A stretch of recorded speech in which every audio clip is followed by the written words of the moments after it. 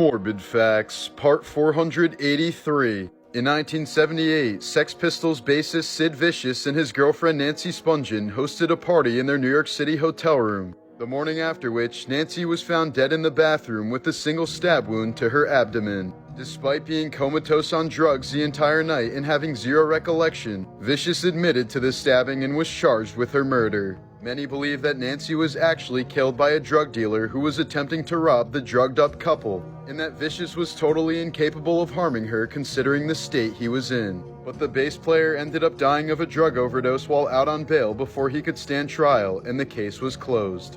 In 1996, Maryland woman Sharon Lapacco was killed in a bizarre case of consensual homicide. She had emailed dozens of men asking them to torture and kill her for mutual sexual gratification, before meeting a man named Robert Glass who would follow through with her request. One morning, Sharon left her husband a note saying she would never return and told him not to track down her killer.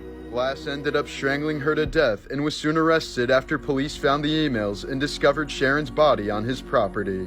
He admitted to fulfilling her torture fantasy, but also maintained that her death was an accident. Glass pled guilty and was sentenced to 3 to 5 years before dying of a heart attack while in prison. Morbid Facts, Part 279. After losing 125 pounds as a teenager, actor Josh Peck turned to drugs and alcohol as his new vices. He recently revealed that he was high on a buffet of drugs, including cocaine and prescription pills, while filming seasons 3 and 4 of Drake and Josh. But Peck soon realized he developed a reputation in Hollywood for being unstable and erratic, and has been sober since 2008. Tara the elephant and Bella the dog had become close friends at a sanctuary in Tennessee. Sadly, one day Bella was attacked and killed by coyotes, before Tara found her lifeless body and carried her a mile back to the barn where the nursing staff were. In 2016, a Brazilian bride-to-be arranged for a helicopter to bring her to the wedding as a surprise for her fiancé. Sadly, the helicopter crashed on the way due to heavy fog, and this footage captured by her photographer shows her final moments alive. Her fiancé was waiting at the altar in front of 300 family and friends when he received the horrible news of her passing.